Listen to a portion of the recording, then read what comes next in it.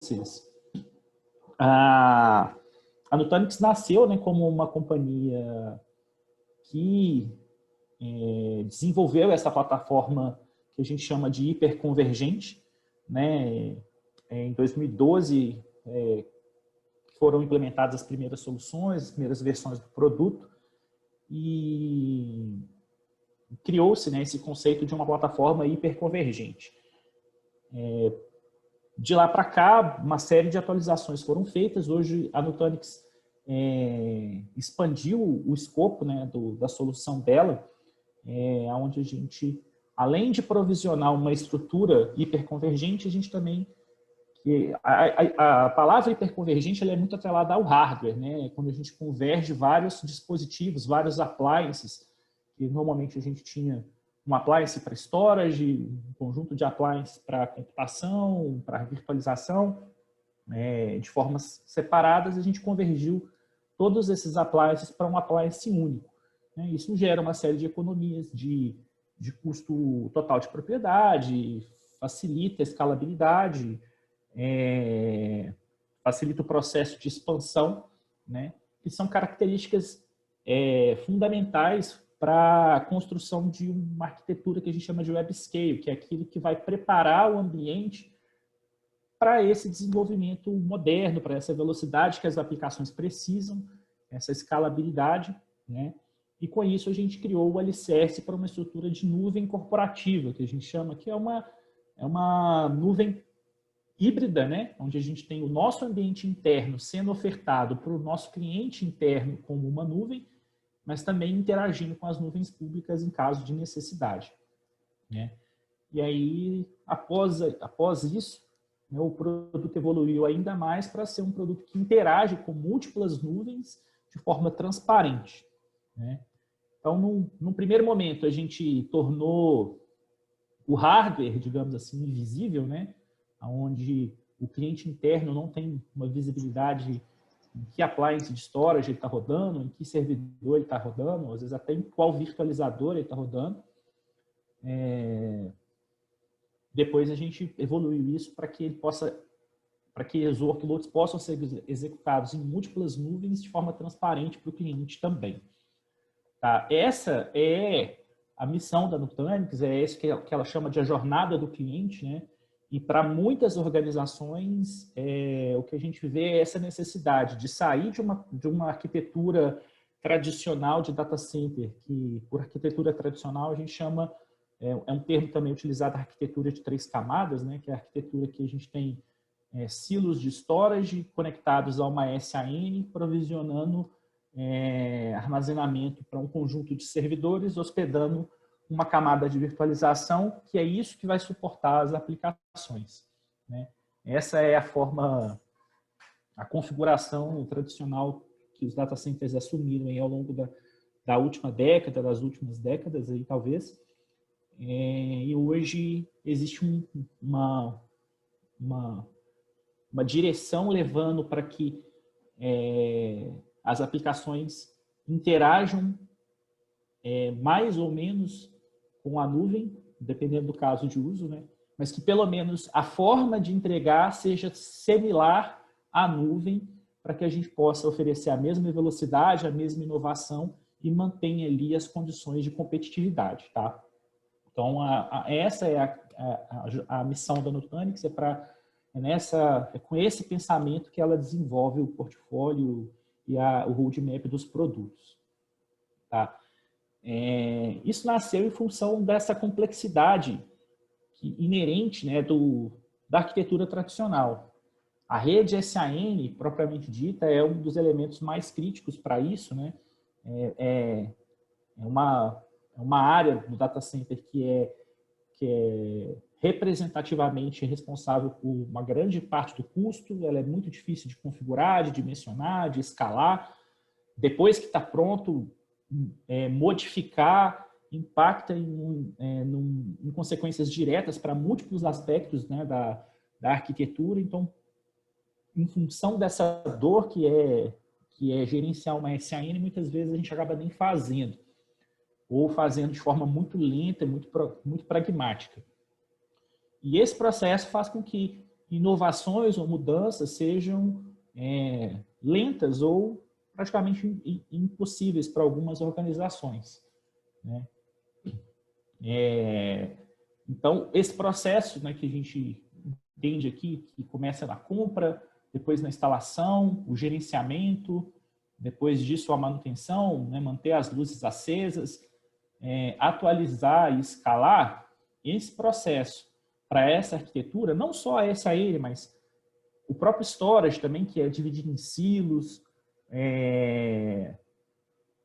Em muitas organizações acontecem da gente ter que misturar vários silos de storage, um storage para bloco, um storage para arquivo, um storage para objeto, dependendo do caso, storages de múltiplos fabricantes, especialmente clientes de governo, em função da forma de compra, né?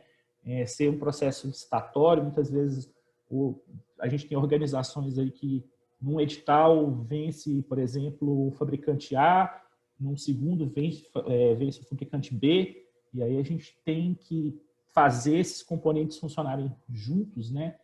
Sempre é um processo que aumenta a complexidade e pode muitas vezes ser um impedimento para o desenvolvimento orgânico do negócio, né?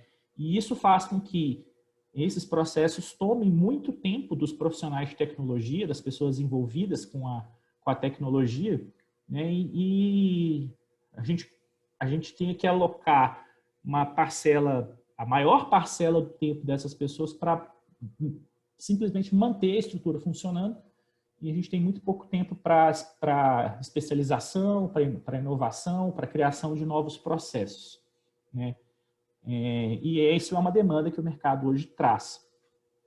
Especialmente porque as demandas hoje são extremamente heterogêneas, né?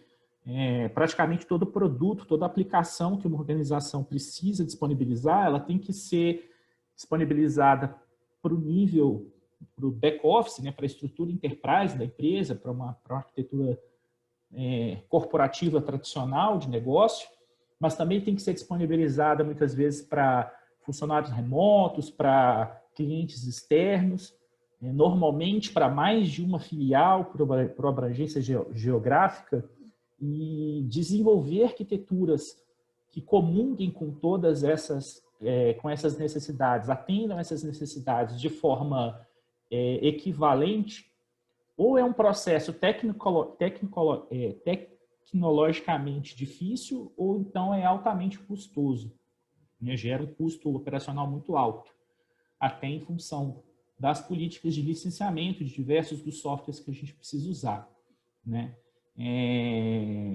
Muitas vezes, para muitas organizações, a necessidade existe, sempre existiu, mas a estrutura muitas vezes não estava ali no escritório ou num ponto remoto da organização por questão de custo. Manter um storage, um vCenter, uma arquitetura virtualizada, por exemplo, numa agência de banco, por exemplo, imagina ter um vCenter para cada agência de banco, seria um custo muito alto. Então, as estruturas acabavam se limitando a um determinado modelo em função da dificuldade técnica ou do custo que seria para estruturar isso tudo, né? Para endereçar muitos desses casos de uso, a nuvem, inclusive, é excelente, porque ela tira esse custo upfront, esse capex, esse custo inicial para a gente implementar essas estruturas, ela dá para a gente uma habilidade de construir essas estruturas, tanto para estruturas remotas quanto para usuários externos, com muita facilidade, sem um custo upfront muito elevado, né? E traz para a gente várias inovações tecnológicas, já é desenhado para ser web-scale, para escalar de uma forma muito rápida, ela endereça casos de uso de elasticidade muito bem, não tem ponto único de falha, né? Já possui uma inovação constante aí, os softwares sempre são atualizados com muita frequência, novos recursos são trazidos, né? Contudo, a nuvem não é um caso de aplicação para todas as organizações, ela não tem o custo upfront, mas o custo projetado para 3, 5 anos, muitas vezes ele é elevado, muitas vezes até maior do que de uma estrutura on-premise. fora as questões de governança, segurança que muitas organizações precisam cumprir e a nuvem não atende. E a proposta de valor da Nutanix é trazer esses elementos da nuvem para dentro de casa, né? O que a gente chama de Bring the Cloud Inside. Trazer esses elementos que são os grandes pontos de interesse da nuvem pública para dentro da nossa nuvem privada. Né? E com isso a gente consegue o mesmo time to market, né? A mesma velocidade de provisionamento das estruturas / aplicações. A gente tem essa característica também de crescer, de pagar à medida que a gente cresce, de ter uma unidade de crescimento muito menor do que das outras estruturas, então faz com que a escalabilidade seja ágil e muito menor, assim, de consome de forma muito mais fracionada. E quando a gente adiciona um nó, que eu vou explicar melhor nos próximos slides, né, a gente está crescendo toda a estrutura de uma vez só. A arquitetura dos softwares é feita para minimizar a intervenção humana, então operações simples de data center que requeriam processos longos, com múltiplos procedimentos, muitas vezes em várias interfaces de uso, né? Por exemplo, eu preciso provisionar uma estrutura, eu vou ter que primeiro provisionar um storage, mapear uma LUN, conectar essa LUN a um host, definir um volume, para depois criar um data store vinculado àquilo ali, para daí eu poder provisionar a área de storage e criar uma VM. Então, eu tenho que interagir com vários elementos, várias telas no meu data center, e na estrutura hiperconvergente a gente consegue fazer isso com uma única tela, né? E com pouquíssimos cliques. Normalmente, 1, 2 cliques a gente consegue fazer essas operações, que além de acelerarem o processo, reduzem drasticamente o risco de erro, de equívoco, né? Faz com que o processo seja muito mais assertivo e, no geral, tem um custo operacional muito menor. E, fora isso, a questão que eu acho que uma das que traz maior valor agregado é a inovação contínua, né? A capacidade de atualização desse tipo de plataforma definida por software é imensa. Então, muito diferente da arquitetura tradicional, que a gente compra e praticamente não atualiza nada nunca, porque analisar matrizes de compatibilidade é um processo muito doloroso. Os softwares são atualizados com frequência e com essas atualizações vem novos features, vem novos recursos, vem muitas vezes ferramentas novas que podem endereçar necessidades da nossa organização, isso tudo sem custo, né?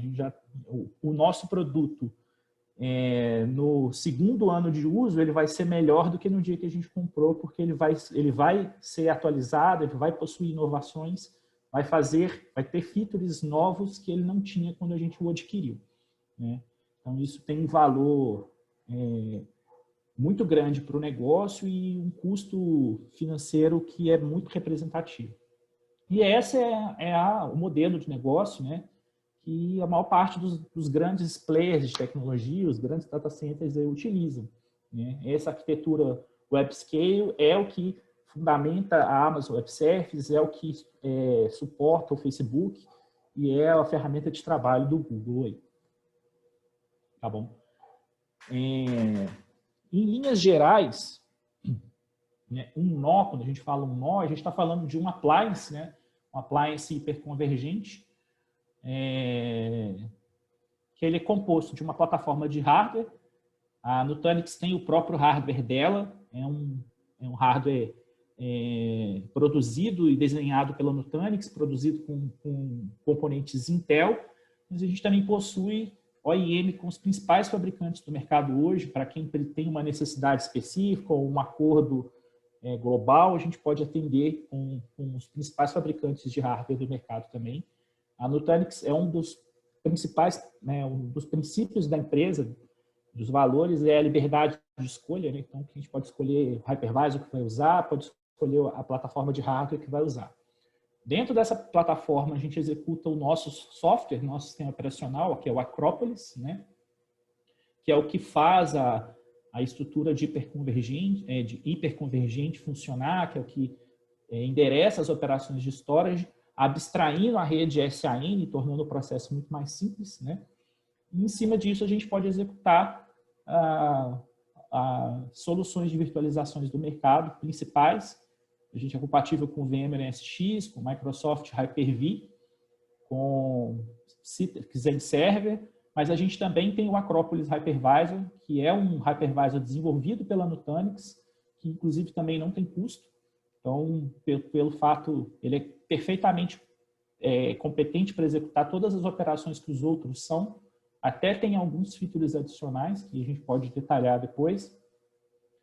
E o mais importante é que ele não tem custo de licenciamento, então ele reduz muito o custo total de propriedade. E em cima disso a gente executa o Prism, que é a nossa interface de gestão.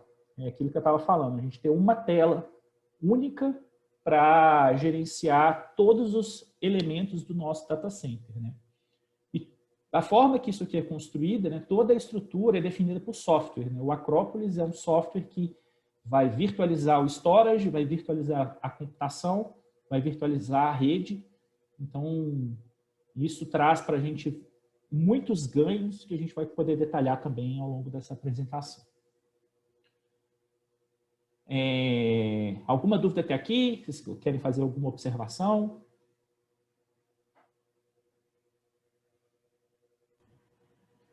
Não, tranquilo. Beleza, explicando de forma esquemática aqui, né, como que essa hiperconvergência acontece.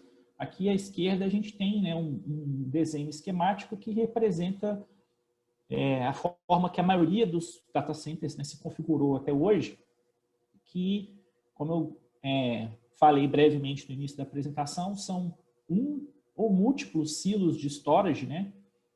Muitas vezes um storage de mais de um fabricante, ou um storage de bloco, um storage de arquivo, um storage de objeto, conectados a uma rede SAN, né, que vai prover armazenamento aqui para um conjunto de servidores que vão suportar uma camada de virtualização que vai suportar as nossas aplicações. Isso é o que a gente chama de arquitetura tradicional ou de arquitetura de 3 camadas, né? E a hiperconvergência vem reunir todos esses elementos, o storage, a computação e a virtualização, para dentro de uma appliance apenas, que é facilmente escalável. Quando eu cresço um nó, eu estou crescendo ao mesmo tempo storage, computação, virtualização e rede, né? E é em cima disso que eu vou suportar as minhas aplicações. E essa rede SAN, que é essa parte que a gente comentou que é a mais complicada, mais difícil de gerenciar, mais difícil de escalar, essa rede não existe, porque a forma que o software trabalha com mapeamento de storage é diferente. A gente trabalha com o conceito de Distributed File System, um conceito que foi desenvolvido pelo Google, né? Foi tornado de conhecimento público. Várias outras companhias pegaram esse projeto e personalizaram ele, adicionaram aí seus próprios elementos para construírem suas versões de um file system distribuído. O file system distribuído, por exemplo, é um dos elementos para um Hadoop, por exemplo, que é uma ferramenta para Big Data Analytics, né? Quando toda vez que a gente vai falar de uma estrutura de Big Data, em função do volume, da característica dos dados, é muito mais eficiente a gente trabalhar com um file system distribuído do que com esse tipo de arquitetura de bloco simples, né, baseado em RAID. Então, essa premissa, essa forma de lidar com o dado é que dá essa velocidade, essa forma moderna de lidar com o dado. E o Nutanix já tem isso de forma intrínseca. Tá? Qualquer operação de storage que a gente for executar aqui dentro já é um distributed file system. E por ser definido por software, a gente está sempre amparado aí pelas versões mais modernas dos algoritmos para features de otimização de storage, por exemplo, compressão, deduplicação, erasure coding, né? Algoritmos para snapshot, para todos os features de storage mais enterprise que a gente tem hoje, estão incorporados no nosso software e são atualizados com muito mais frequência. Tá bom? Então, isso aqui é um dos elementos, né, que faz com que escalar um cluster Nutanix seja muito simples. A gente consegue fazer uma previsão de capacidade muito eficiente e o nosso crescimento pode ser linear ou customizado se a gente precisar. Porque a cada nó que eu adiciono, eu não preciso, eu adiciono todos os elementos do data center, né? Nessa estrutura aqui, eu cresço storage, aí de repente meus servidores é que estão, por exemplo, esgotando recurso, ou precisando de atualização tecnológica, aí eu tenho que crescer meus servidores, aí de repente faltou porta, eu tenho que comprar um novo switch de fibra, eu preciso configurar isso com a minha rede anterior. Então, o processo de escalabilidade disso aqui é muito disperso. Aqui a gente consome num elemento fracionado, que é um nó, e toda vez que eu crescer um nó, eu estou crescendo os elementos. Todos esses elementos aqui. Esses nós, eles podem ser configurados da forma que a gente quiser. Se eu precisar de mais computação e pouco storage, eu posso adicionar um nó que tenha essas características. Se eu precisar de muito espaço em disco, mas eu estiver bem de computação, eu posso colocar um nó com pouquíssimo poder computacional e muita área de disco. E ele vai crescer da forma que eu precisar. Tudo isso suportado por ferramentas da própria estrutura que me ajudam a programar esse crescimento. Né? E tudo isso aqui é conectado numa rede mais simples, um switch topo de rack. Pode ser padrão base T, pode ser padrão SFP+. O único requerimento que a gente faz é que seja uma rede de pelo menos 10 GB para poder oferecer um throughput, né, uma velocidade aí compatível com a capacidade que os nossos discos podem entregar e acelerar as aplicações. Né?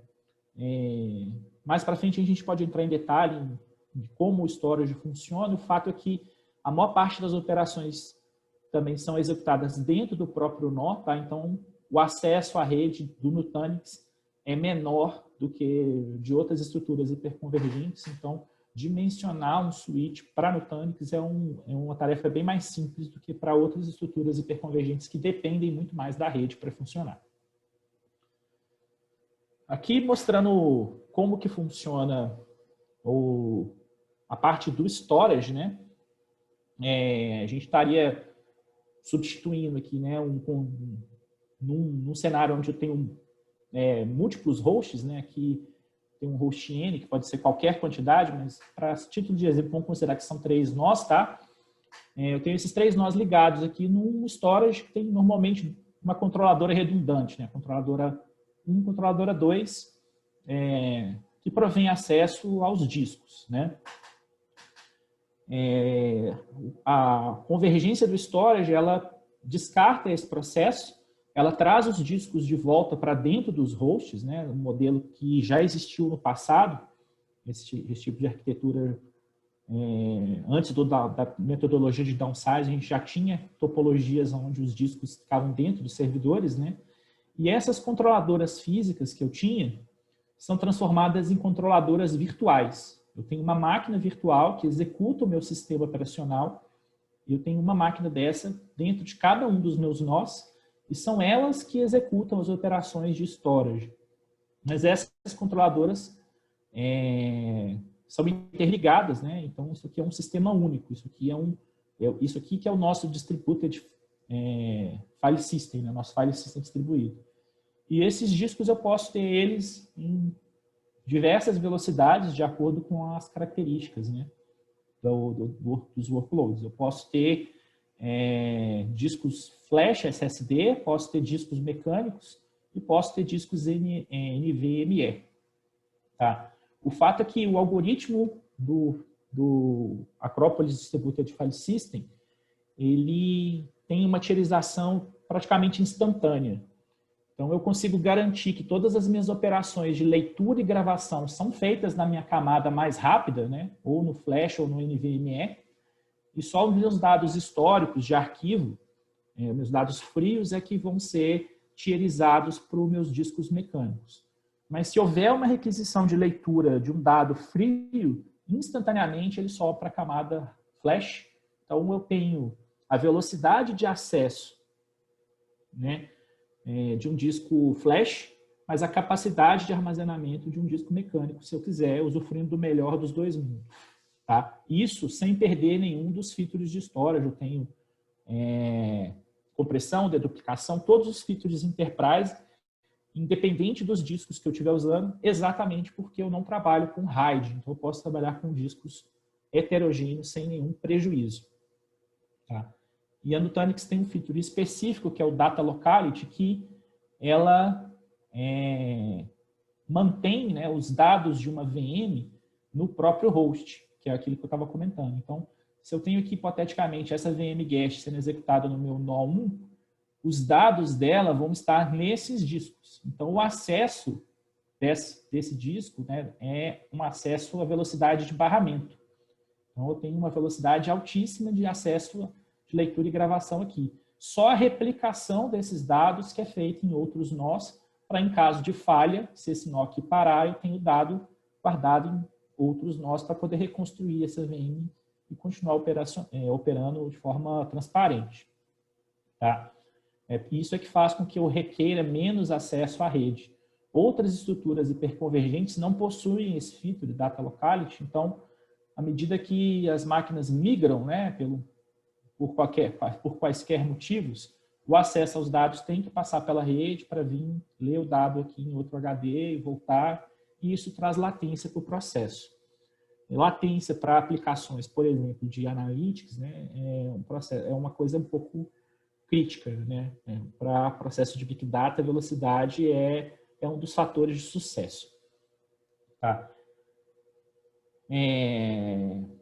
Então, como eu disse, né, todos os principais features de storage que existem no mercado hoje estão disponíveis na nossa plataforma, independente do tipo de disco, né, e tudo isso com o máximo nível de segurança que a gente pode alcançar, incluindo criptografia, baseado em hardware, baseado em software. Eu tenho arquiteturas de segurança que eu posso ter, um gerenciador de chaves nativo, eu posso usar um de terceiros, posso usar isso num servidor externo. Quaisquer topologias desejadas eu consigo construir, tá, para dentro do meu cluster. Os recursos de segurança do Nutanix são também considerados aí os mais avançados do mercado de storage. Tá? Alguma dúvida aqui com relação à parte de armazenamento? Vocês querem fazer alguma observação?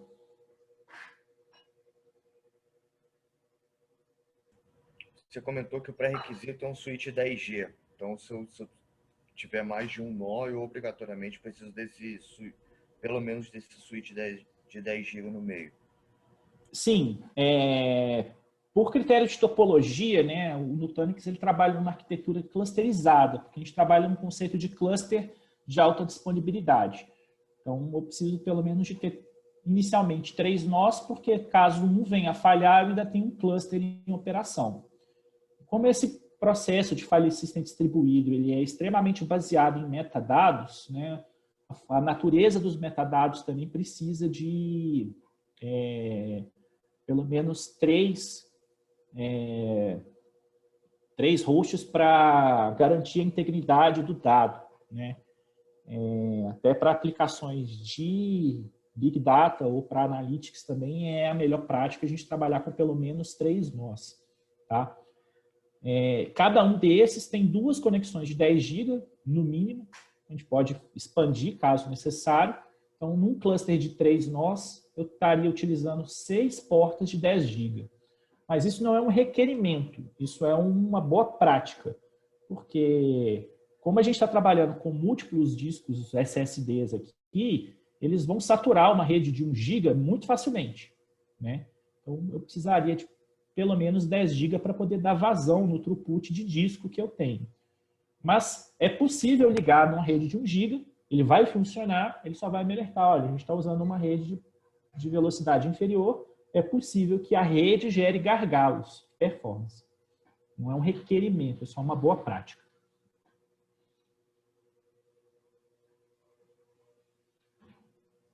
Beleza.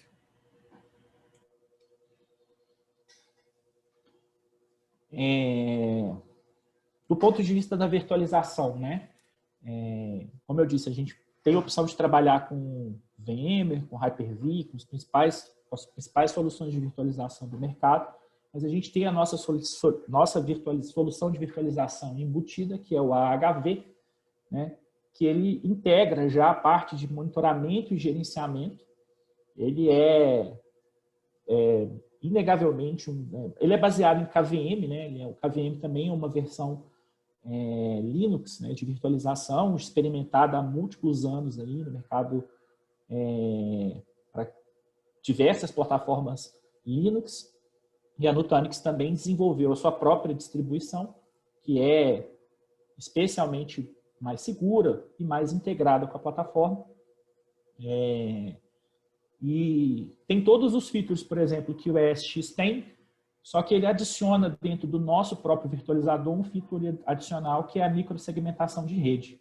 Tá? Então, a gente tem dentro, embutida na virtualização, uma plataforma de firewall leste-oeste que a gente consegue determinar processos de microsegmentação e sequenciamento de serviços que endereça 90%, 95% dos casos de necessidade de microsegmentação barra Software Defined Network. A gente consegue definir políticas de isolamento, políticas de quarentena, políticas de segurança que não são tão complexas quanto outras soluções de Software Defined Network, como o VMware NSX ou o Cisco ACI. Tá? Essas soluções são mais completas, mas ela interessa, como eu disse, cerca de 90% dos casos de uso, e por estar embutida dentro do virtualizador, que por sua vez não tem custo de licenciamento, é uma solução de ótimo custo-benefício. A gente pode falar mais especificamente disso, às vezes até fazer uma demonstração disso, se a gente entender que tem um caso de uso para vocês aí, tá bom? E aqui é uma amostra, mais ou menos, de como é o Prism, né? Que é essa interface única que a gente vai gerenciar tanto as nossas operações de virtualização, de computação, virtualização de storage e essas operações de rede, né? A gente consegue ter aqui um resumo de todos os principais aspectos do cluster, tá? A gente consegue... essa aqui é a tela inicial, que a gente já tem uma metodologia que dá para a gente já vários insights. Em algum momento também a gente vai ter uma oportunidade de fazer um demo e ver isso aqui ao vivo e interagir melhor com essas telas, né?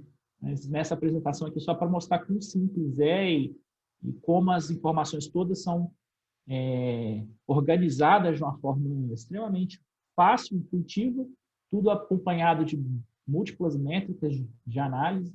Essas métricas são todas reunidas nessa interface HTML5, não requer a instalação de nenhum software adicional, não tem nenhum licenciamento adicional, e todos os features já estão disponíveis para a gente aqui. Tá? E o fato da gente ter todos esses elementos reunidos dentro da mesma plataforma dá para a gente também a oportunidade de fazer troubleshootings muito precisos, porque eu tenho dentro da mesma interface todas as métricas. Então, eu consigo, por exemplo, fazer um gráfico comparado da latência do meu storage, da latência do meu hypervisor, da latência da minha VM, e isso tudo posicionado numa linha do tempo. Então, se eu estou tendo um problema de performance numa aplicação, eu consigo saber em qual local que essa latência está acontecendo e fazer uma intervenção muito mais precisa ali. Tá? Como eu comentei mais cedo também, a gente tem embutido uma ferramenta de planejamento de capacidade que é baseada em algoritmos de machine learning. Então, desde o dia que o cluster nasce, tudo que é criado dentro dele vai alimentando esses algoritmos, né? Então, a gente consegue prever, por exemplo, pelas taxas de crescimento, quanto tempo o nosso recurso vai durar. Eu posso definir métricas de, olha, para que o meu cluster dure por um ano, quanto de hardware eu preciso ter, quanto de recurso eu preciso reclamar. Eu consigo fazer análise aqui de máquinas superutilizadas, subutilizadas, inativas, né, que me gerem relatórios onde eu consigo, por exemplo, interagir com o meu usuário interno e verificar com ele se, por exemplo, ele me pediu para provisionar uma máquina com 16 GB de RAM, mas eu percebo que ele não usa nem 30% disso, ele nunca usou, desde a criação da máquina. Então, eu posso tentar negociar e reclamar, por exemplo, 8 GB de memória e manter a máquina funcionando, sem precisar desligar, mas sem precisar destruir a máquina, mas reclamando alguns recursos de volta, que faz com que a utilização, né, seja o que eu consiga reclamar recursos e o meu cluster dure mais tempo. Eu consigo gerar cenários hipotéticos de carga de trabalho. Então, por exemplo, se eu tenho hoje o meu cluster funcionando, mas de repente eu vou adicionar uma carga de trabalho nova. Eu quero, por exemplo, criar um ambiente de desktops virtuais para os meus agentes de campo, por exemplo, poderem acessar. Eu consigo simular essa carga de trabalho dentro do meu cluster e verificar como que vai ficar minhas métricas, minhas taxas de utilização, se suporta, se não suporta, e se não suportar, quanto de hardware eu preciso comprar com o perfil do hardware correto. Então, isso tudo documentado de uma forma que a gente não trabalha com que, né, o que o mercado chama de guesswork, né, que é assim, aquela coisa muito baseada no palpite, uma coisa que é feita pela própria ferramenta, documentada, certificada, que dá uma segurança jurídica muito grande, né, para o administrador de um cluster, aí, por exemplo, fazer um planejamento de crescimento, um planejamento orçamentário, eventualmente aí organizar um budget para o futuro. Né? Essas ferramentas aqui são extremamente valiosas e em outras soluções de hardware até existem coisas parecidas, mas normalmente requerem licenciamentos adicionais extremamente onerosos. E o fato de a gente ter isso na nossa ferramenta agrega um valor muito grande. Especialmente para clientes de governo, isso aqui tem uma aderência enorme, porque endereça muitos dos problemas da administração pública. Né? É uma ferramenta que eu particularmente adoro, assim, gosto muito de falar e de demonstrar ela funcionando, porque é muito poderoso, é muito bacana mesmo. Aqui uma tela de como funciona mais ou menos a nossa visualização de rede, a gente consegue, a gente vai ter a oportunidade talvez de mostrar isso aqui, mas quando eu coloco o mouse em cada uma dessas linhas aqui, eu consigo verificar o que está sendo comunicado, como, eu consigo determinar isolamento, de que determinada porta pode ou não falar com o outro, um determinado IP pode ou não falar com o outro, e criar políticas extremamente complexas e completas, né, de gerenciamento de rede, mas de uma forma muito visual e muito simples, né, porque ela é um processo de melhoria contínua.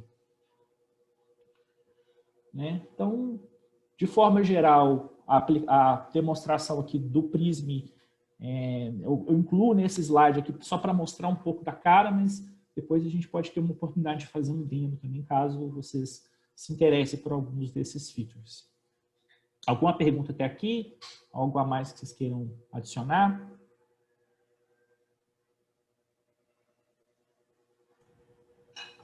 Não, tranquilo. Acho que tá dando E pra aqui, por entender fim, legal. para a gente endereçar aqui mais um restinho do nosso tempo, como a solução é baseada em software, a atualização do software ela é feita de forma automatizada, com pouquíssimos cliques. A solução atualiza firmware, sistema operacional, hypervisor e todos os softwares colaterais de forma automática. Ela mesma faz a análise de matriz de compatibilidade e ela executa esse processo por trás das cortinas, digamos assim. Né? Ela não impacta na operação, ela executa esse processo nó a nó. Como a nossa controladora é uma máquina virtual, a gente consegue fazer isso de uma forma não disruptiva para o ambiente, muito diferente, né, de uma estrutura tradicional, onde a atualização requer que a gente faça essa análise de matriz de compatibilidade de forma manual. É um dos maiores pesadelos, né, para quando a gente está falando de atualizar alguns desses elementos. Existe o risco concreto de a gente atualizar um dispositivo e ele não subir de novo, porque a gente eventualmente deixou passar alguma coisa na matriz ali. Então, o processo é extremamente simples e é exatamente por ser simples e não disruptivo que a gente faz ele com frequência, né? Então, isso é que faz com que a atualização de novos features chegue para a gente no nosso cluster muito rápido. Então, se eu vou atualizar o meu OS aqui, por exemplo, e desde a minha última versão, os algoritmos de compressão e de duplicação foram atualizados, quando eu atualizar, a minha área útil de storage vai aumentar, porque eu atualizei o meu software. Tem um repertório amplo aí de atualizações que foram disponibilizadas aí para otimizar o uso de memória, computação, storage. Então, como eu disse, ao longo do tempo, a solução vai se tornando melhor do que aquela que a gente comprou, porque essa atualização aqui é constante, tá bom? Então, é isso que a gente faz com essa solução, é facilitar aqui todo esse ciclo, né? O ciclo de compra, porque a gente consegue comprar isso de forma fracionada, consegue comprar pequenas unidades que aumentam simultaneamente todos os aspectos do nosso data center. A instalação disso é praticamente plug and play, extremamente fácil e simples de ser feita, demora pouquíssimos minutos para adicionar um nó num cluster. O gerenciamento é simples, é feito para ser em poucos cliques, e a maior parte das operações são feitas, inclusive, de forma automática, sem precisar da intervenção humana, se a gente preferir que seja assim. Ele é composto, ele já nasceu dentro dessa política de Big Data, Analytics, então ele já é feito para que a estrutura analise esses dados e nos dê insights a respeito de como gerenciar o nosso ambiente da melhor forma. Atualizar é tão simples como eu acabei de falar aqui, e aí a gente escala, se necessário, para executar esse processo numa melhoria contínua. Isso é que faz com que a gente possa crescer pequeno num ambiente que a gente não consegue determinar tão bem quanto é que a gente precisa e escalar isso para quão grande a gente precisar que seja, tanto da infraestrutura interna, quanto se a gente precisar também através do uso de nuvens públicas para complementar o tamanho do nosso cluster se a gente precisar. Tá? Então, assim, é esse ciclo que a gente entende que movimenta, né, a administração de infraestrutura moderna, que a gente endereça esses casos, facilitando todos esses passos. Tá bom? E, por fim, tem casos de uso, o Nutanix é feito para praticamente qualquer tipo de workload, qualquer tipo de ambiente. A gente já tem casos de uso certificado e homologado pelos grandes players. E a gente pode tratar especificamente aqui de praticamente qualquer caso. É uma plataforma multiuso completamente heterogênea. E é possível, inclusive, dentro do mesmo cluster, a gente separar um ambiente de desenvolvimento do ambiente de analytics, do ambiente de desktops virtuais, e esses sistemas coexistirem de uma forma extremamente sinérgica. É muito comum, por exemplo, eu já fiz implementação de casos de uso onde a gente tinha ambientes de VDI e Big Data compartilhando a mesma estrutura, porque VDI é um processo que a gente usa muito no horário comercial e nos períodos noturnos, por exemplo, o cluster ficava ocioso e a gente usava esse tempo ocioso para executar queries de Big Data e daí gerar insights por Analytics. Então, é o que a gente chama de fatiar o cluster para múltiplas funções. São duas funções, por exemplo, que o Nutanix executa muitíssimo bem e que podem ser sinérgicas, né, dentro do mesmo ambiente. O escalonamento é linear para casos de VDI que precisam de um paralelismo e um nível de I/O muito alto. Não existe estrutura que consiga vencer o Nutanix, né, com relação a esse provisionamento de I/O. E o planejamento de capacidade é extremamente linear. E a gente tem várias soluções aqui para escritórios remotos também, que são um grande diferencial da solução. Não vou me ater muito nisso, porque não é o nosso caso, né? E aqui, por último, a gente vai frisar aqui a nossa liberdade de escolha, né? Que a gente pode rodar com qualquer plataforma, com qualquer hypervisor, da forma que a gente precisar. sem manter o cliente preso, né? Esse é um dos principais pilares da companhia. Por último aqui, as análises de mercado, né? É o líder do Gartner, o livro do Forrester. Hoje,